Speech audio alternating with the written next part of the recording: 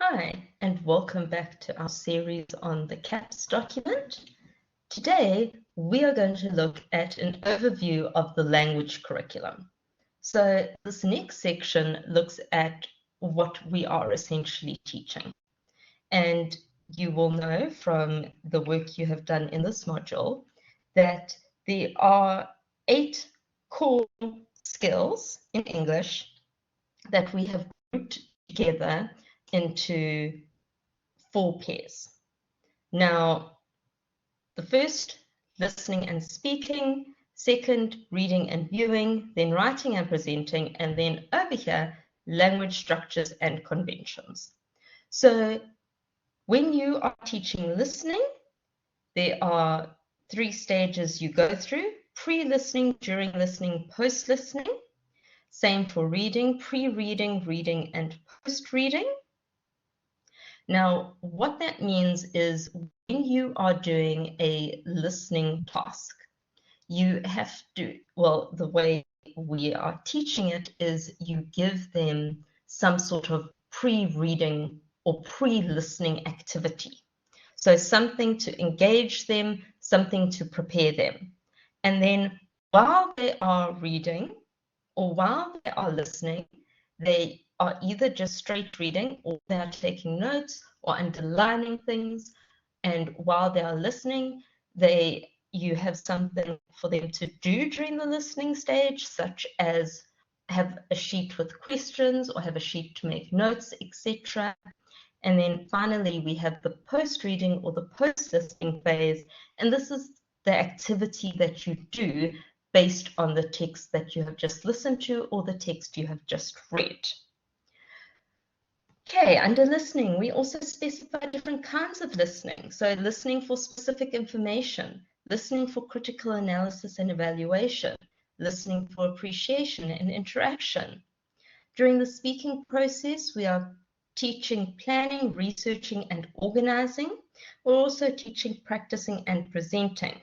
And this includes the features and conventions of oral communication text. So what is the difference between, say, for example, giving a formal presentation on a research project versus an impromptu discussion? For reading, we teach the reading process, so pre-reading, reading, post-reading. We also teach the interpretation of visual text, vocabulary development and language usage, which is incredibly important, sentence structures and the organization of texts, features of literary text. And then under writing and presenting, we have process writing, which is we teach how to plan, draft, revise, edit, proofread, and present. So we teach writing as a process. And then also the language structures and conventions during the writing process and features of text produced.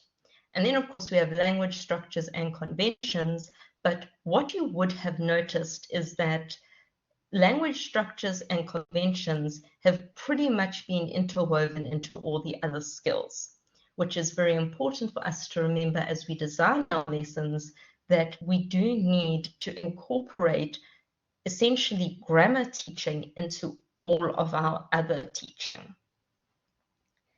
Then we have why we teach listening and speaking skills, why we teach reading and viewing skills, why writing and presenting, and the structures and conventions.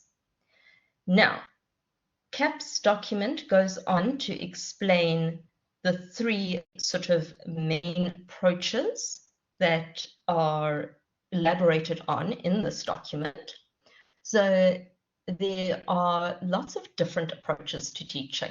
So, you know, we talk about constructivism, we talk about cooperative learning, inquiry-based learning, but we focus on 3 main approaches. So although you might hear a lot about constructivism or inquiry-based or reciprocal learning, those are slightly different to teaching approaches.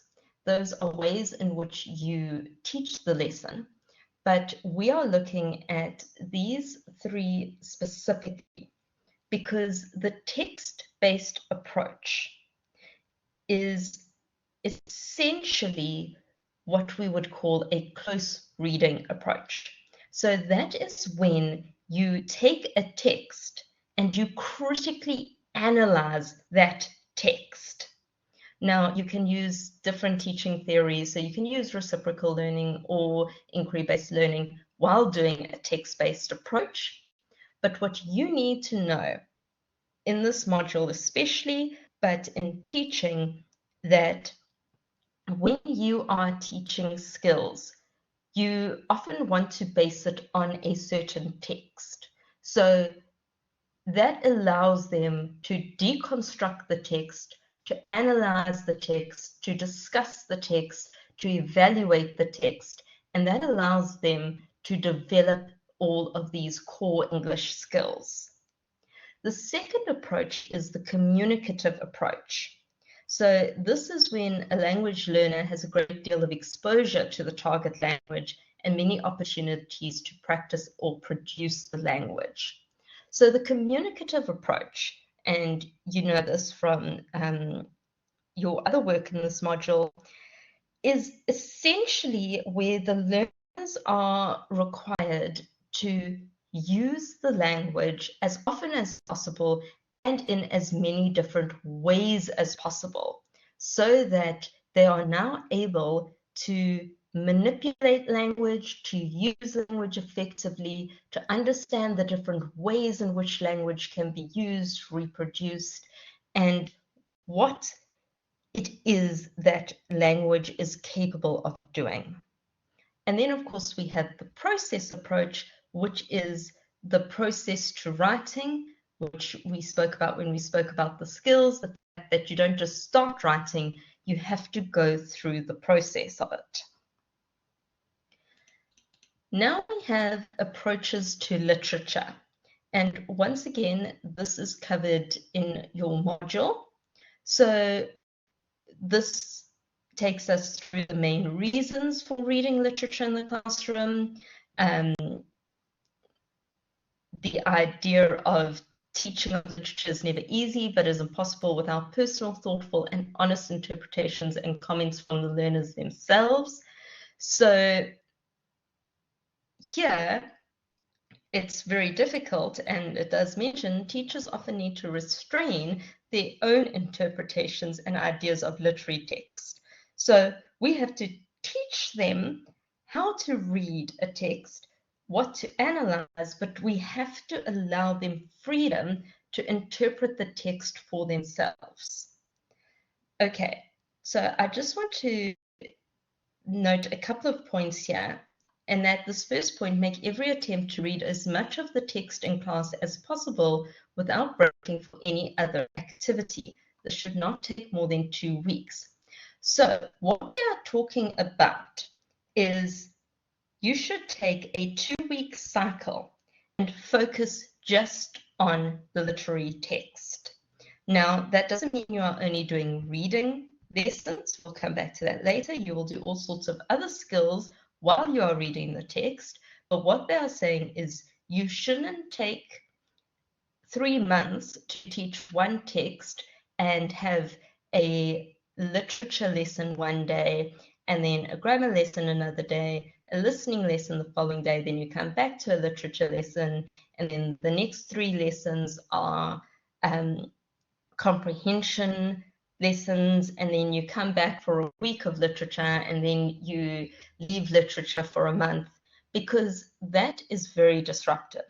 So you want to use the 2-week cycle to go through as much of the text as possible.